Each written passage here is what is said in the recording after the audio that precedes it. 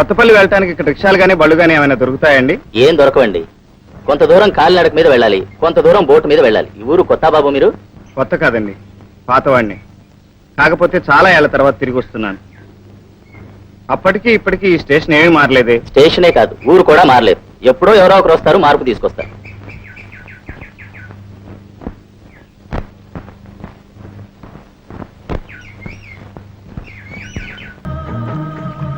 ఏంటి బాబు గారు? మీ సహాయానికి చాలా కృతజ్ఞతలు. అదేంటి బాబు గారు, నేను మీకే సాయం చేశాను. స్టేషన్ నుంచి ఇంత దూరం నాకు నడక శ్రమ తెలియకుండా తీయగా ఏకతార వాయించావుగా. నీ పేరు? మళ్ళీ. ఏం చేస్తుంటావు? పూలు అమ్ముతూ ఉంటాను బాబు. రాయమల్లే. వచ్చేట్రా కదా.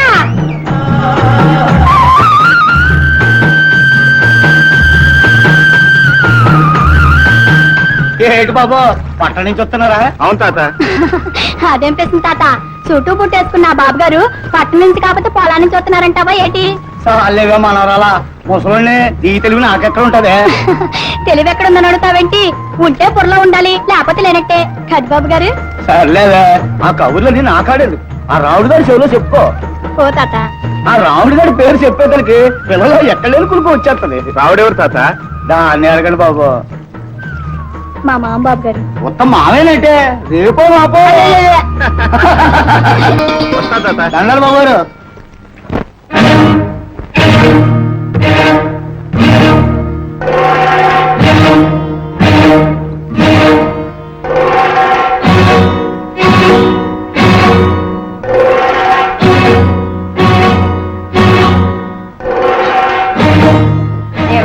మాయదారి మల్లమ్మ, నిన్న పెద్దిరాజు గారి పెరట్లో మొక్కలు పీకి పాడు చేసింది మేమేనని వాళ్ళకి ఎవరు చెప్పారే?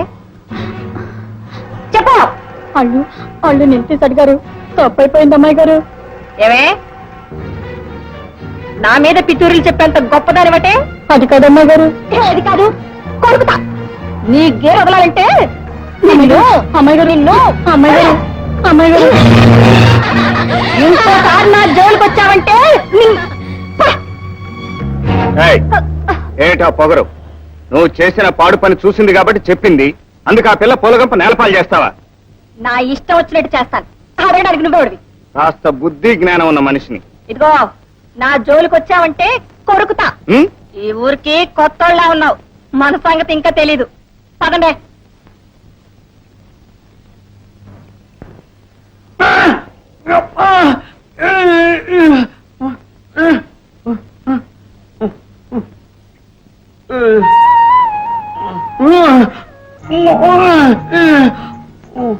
మళ్ళీ ఎవరైతేను?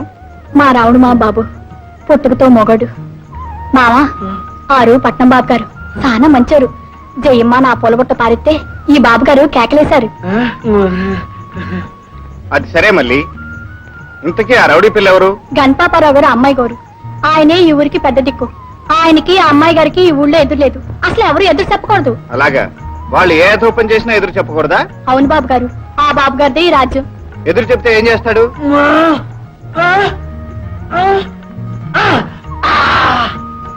అంటే ప్రశాంతమైన ఈ పల్లె గుండెలో ఆయన తుపాకీ గుండన్నమాట.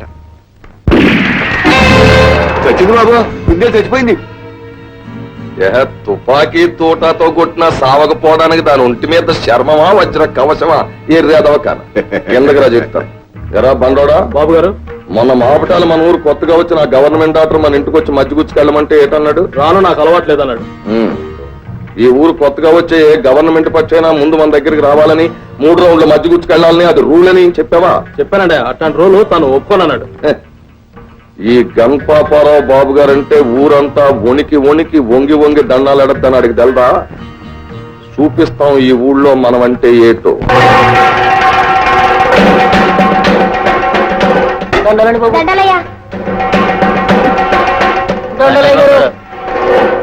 మొన్న గాలివాన ఇళ్ళకి అరటి మొక్కలు వేసానా? ఈ కాస్త దండలేదు. దండాలండి బాబు గారు.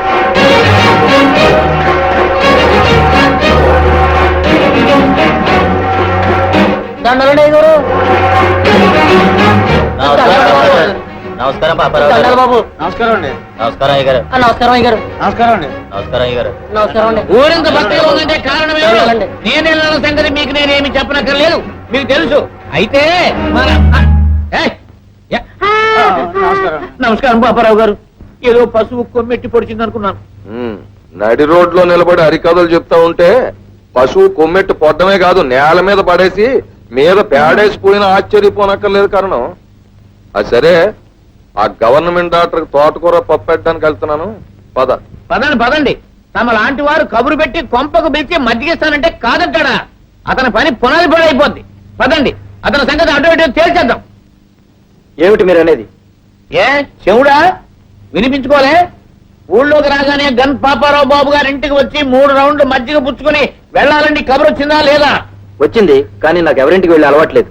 అంటే నీ ఇల్లు తప్ప మిగతా వారి ఇళ్ళన్నీ అంటరానివి, అడుగు పెట్టకూడనివని నీ ఉద్దేశమా? అయితే నీ పని పకీర్ పని అయిపోగలదు. ఏమిటండి బెదిరిస్తున్నారు? అసలు నేను మీ ఇంటికి రాను అంటే మీరేం చెయ్యగలరు అని నువ్వంటావు, మేమేమీ చెయ్యలేం అని వెళ్ళిపోతాం. మేం వెళ్ళిపోయాక నువ్వు సగర్వంగా నవ్వుకుంటావు. కానీ చీకటి పడ్డాక ఓ మనిషి బండి దోలుకుని మీ ఇంటికి వస్తాడు. బాబు, మా ఆడదానికి చాలా ప్రమాదం జరిగిపోయింది, మీరు ఓసారి వచ్చి చూడాలా అంటాడు. నువ్వు వెంటనే మందులు పోదట్టుకుని ఆ బండి ఎక్కుతావు. బండి రోడ్డు మీద వెళ్తానే ఉంటది. అలా ఎల్లి బండి ఊరు దాటద్దు. ఇదేంట్రా భగవంతుడా, బండి ఈ దారికి వచ్చింది అని నువ్వు అనుకుంటావు. ఆ బండి ఎల్లి గేటు లేని రైలు పట్టాల మీదకొచ్చి ఆగొద్ది. ఇదేంట్రా భగవంతుడా, బండి ఇక్కడికొచ్చి ఆగింది అని నువ్వు ఆ బండి దోలేవాడిని అడుగుతావు. అప్పుడు ఆ బండి దోలే భగవంతుడు కర్ర తీసుకుని బుర్ర మీద ఒకటేసి బండి దిగి వెళ్ళిపోతాడు. నువ్వు బండిలో పడిపోతావు. రైలు వస్తా ఉంటది, రైలు వచ్చేస్తా ఉంటది. వచ్చేసింది, నువ్వు బండి పచ్చడైపోయారు, రైలు వెళ్ళిపోయింది. పాపం ఊళ్ళో ప్రజలంతా చాలా ఘోర ప్రమాదం జరిగిపోయింది, మా డాక్టర్ బాబు అన్యాయంగా చచ్చిపోయాడు అనుకుంటారు. నేను మాత్రం పొగరెక్కిన మనిషికి తగిన శాస్త్రే జరిగిపోయింది అనుకుంటాను. అది నీ భవిష్యత్తు. బాబు, అలాంటి భవిష్యత్తు నాకొద్దు. మీరు చెప్పినట్లు వింటాను. మీరు ఎప్పుడు రమ్మంటే అప్పుడు మీ ఇంటికి వస్తాను.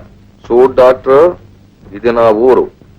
ఇక్కడ ప్రజలు, పశువులు, పక్షులు, చెట్లు, చేమలు, ఇళ్ళు, వాకిళ్ళు అన్ని నాయి అంటే వీటన్నిటి బాధ్యత చూసుకోవాల్సింది నేనన్నమాట. ఇక్కడ నాకెవడైనా సరే భయభక్తులతో వినయ విధేయతలతో ఉండాలి. కాదంటే ఆడి బతుకు గేటు లేని రైలు పట్టాల మీద ఫినిష్ అయిపోద్ది. మర్చిపోకు. వస్తా. ఆయన ఈ ఊరికి పెద్ద తలకాయ అయితే ఆ తలకాయకి నేను కొమ్ముని.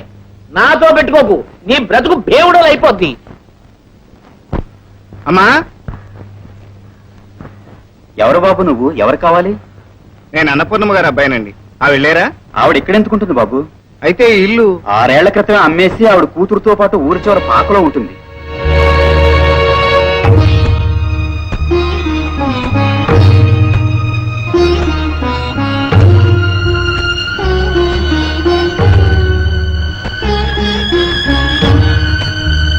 పద్మ, ఈ దంచిన పిండి పార్వతమ్మ గారి ఇంట్లో ఇచ్చేసి డబ్బులు తీసుకురా. అలాగేనమ్మా. లక్ష్మమ్మ గారి జాకెట్లు కూడా కుట్టేయడం అయిపోయింది, అవి కూడా ఇచ్చేసొస్తానమ్మా.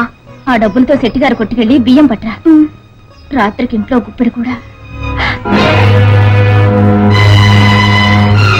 అన్నయ్య, బాబు కృష్ణ, నువ్వెప్పుడొచ్చావరా? గుప్పెడు బియ్యం కోసం నువ్వు రెక్కలు ముక్కలు చేసుకుని శ్రమ పడుతున్నప్పుడు వచ్చానమ్మా. అది సరే బాబు, నువ్వు కబురు చేయకుండా ఇలా హఠాత్తుగా వచ్చావేమిటి? కబుర్ చేసుంటే నువ్వు ఇలా కష్టపడటం నాకు తెలియకుండా ఉంచేదానివి కదూ. బాబు, అర్థమైందమ్మా. ఇన్నేళ్లు నన్ను ఇక్కడికి రానేకుండా నువ్వు ఎందుకు ఉంచావు? నువ్వు మాత్రం పట్నం వచ్చి నాకెందుకు కనిపించి వెళ్లేదానివు? ఇప్పుడు అర్థమైందమ్మా. ఈ నిజం ఈ పరిస్థితిలో నాకు తెలియకూడదనేగా. బాబు కృష్ణ. అమ్మా, నువ్వు చెల్లాయి ఇక్కడ చల్లగా సుఖంగా ఉన్నారనుకున్నాను. కానీ ఇలా పూరి గుడిసెలో పనులు చేసుకుంటూ పస్తులు ఉంటున్నారని కల్లో కూడా అనుకోలేదు. ఏమిటి పరిస్థితి? ఎంతకాలంగా ఇలా దరిద్రంలో బతుకుతున్నారు? ఈ దౌర్భాగ్యానికి కారణం ఏమిటి? చెప్పమ్మా. చెబుతాను బాబు. ఇంతకాలం ఈ స్థితి నీకు తెలిస్తే నీ మనసు చెదిరి ఆ చదువు మానుకుని నా కోసం ఇక్కడికి వచ్చేస్తావని చెప్పలేదు. ఇప్పుడు అవసరం అవకాశం వచ్చింది గనక చెబుతాను. నువ్వు పద్మ పసివారిగా ఉన్న రోజుల్లో మీ నాన్నగారు ఈ ఊరు స్కూల్లో మాస్టర్గా ఉండేవారు. ఆయనంటే ఊళ్ళో ప్రతి వారికి ఎంతో గౌరవం, భక్తి.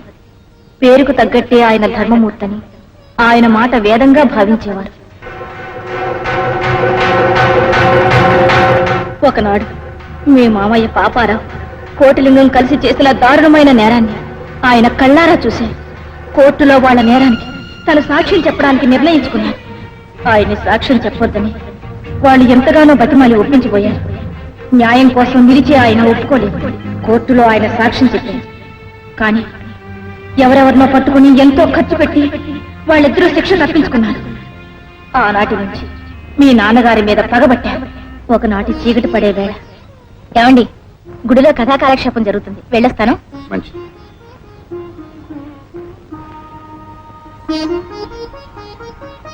వేస్తారు. నువ్వా పంకజం, ఏమిటిలా వచ్చావు? మీరు పిల్లల కోసం తయారు చేసుకున్న నోట్స్ కావాలి సార్. అవి నాలాంటి కొత్త వాళ్ళకి ఎంతో ఉపయోగపడతాయి. అలాగే, ఇప్పుడే తెస్తా.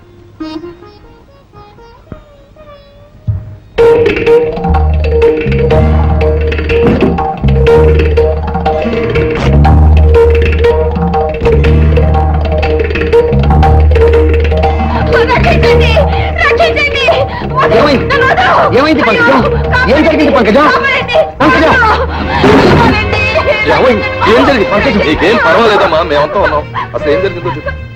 చూడండి బాబు, స్కూల్ సంబంధించిన పని ఉందని నన్ను ఇంటికి రమ్మన్నాడు. ఈయన నమ్మి నేను వస్తే తలుపులు మూసి నన్ను పట్టుకుని బలవంతం చేస్తున్నాడు ఈ దుర్మార్గుడు. ఆవిడ చెప్పిందంతా విన్నారు కదా. కామంతో కళ్ళు మూసుకుపోయి ఒళ్ళు మర్చిపోయి ఒక ఆడపిల్ల జీవితాన్ని అల్లరి పెట్టడానికి ప్రయత్నం చేశాడు. పైకి పెద్ద మనిషిలా కనిపించే ఈ ధర్మారావు 10 మంది పిల్లలకు పాఠాలు చెప్పవలసిన ఈ మేస్త్రు ఎంత నీచులో మీకు అర్థమైంది కదా. అందరికీ బుద్ధి చెప్పే ఈ పెద్ద మనిషి అసలు బుద్ధి జ్ఞానం లేనివాడని తేలిపోయింది కదా. ఏమంటారు?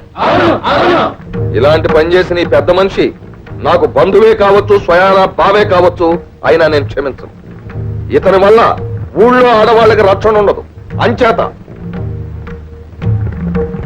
ఒక నెల్లాళ్ల పాటు ఇతను ఊరు విడిచి పోవాలి. మన పొలిమేరలు కూడా తొక్కకూడదు. ఇక్కడ ఏ ఒక్కరూ అతనితో మాట్లాడకూడదు, ఏ రకమైన సాయం చేయకూడదు అని నేను తీర్మానం చేస్తున్నాను. పగ తీర్చుకోవడానికి పాపారావు కోటిలింగం సృష్టించిన ఆ సంఘటన వల్ల ఆయన ఊరు విడిచి వెళ్లిపోయారు. నెల గడిచిపోయింది. ఆ పైన ఎన్నో రోజులు గడిచిపోయాయి. ఆయన రాలేదు.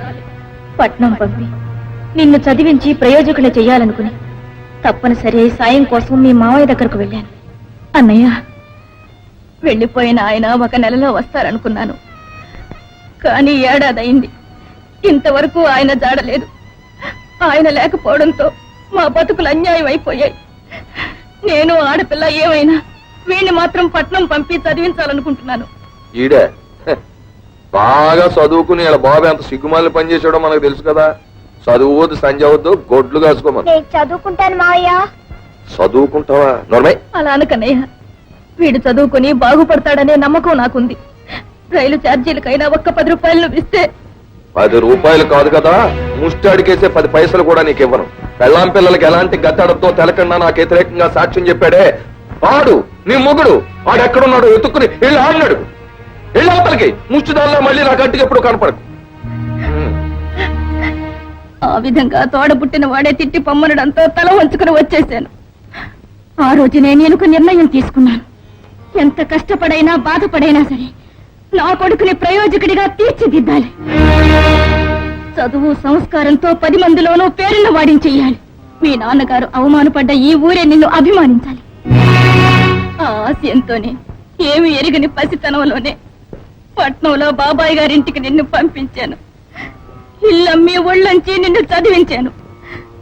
నువ్వు ప్రయోజకుడివి పెద్దవాడి అయ్యే వరకు ఇవేమీ తెలియకూడదని ఇంతకాలం దాచుంచాను బాబు. ఎవరూ తోడు లేకపోయినా, ఎవరూ సాయపడకపోయినా నన్నెంత వాణ్ణి చేయటం కోసం ఎంత శ్రమ పడ్డావమ్మా.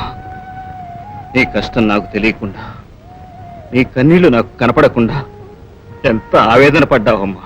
చూడమ్మా, నువ్వు తయారు చేసిన నీ కొడుకు నీ ఆశ, నీ ఆశయం తప్పకుండా నెరవేరుస్తాడు.